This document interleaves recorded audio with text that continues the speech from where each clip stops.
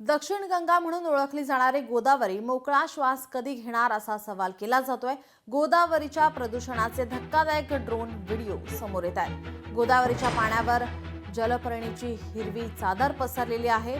चांदोरी सायखेडा परिसरात जलपर्णीने गोदावरीचा श्वास कोंडलाय। जलपर्णीमुळे गोदावरीचं पाणी दूषित होत आहे। परिसरात किड्यांचा प्रादुर्भाव वाढल्याने दुचाकीस्वारांना याचा त्रास होतोय। प्रशासनासह लोकप्रतिनिधींचंही याकडे दुर्लक्ष होत असल्याने नागरिकांमध्ये आता नाराजी व्यक्त होते।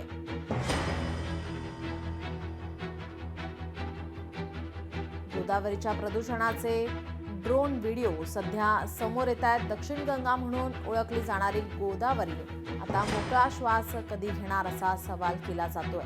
गोदावरीच्या पाण्यावर जलपर्णीची ही हिरवी चादर पसरलेली पाहायला मिळते।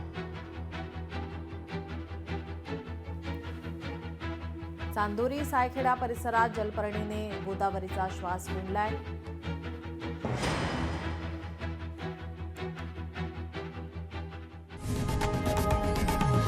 लोकशाही मराठी ऐका, पहा, जागरूक रहा।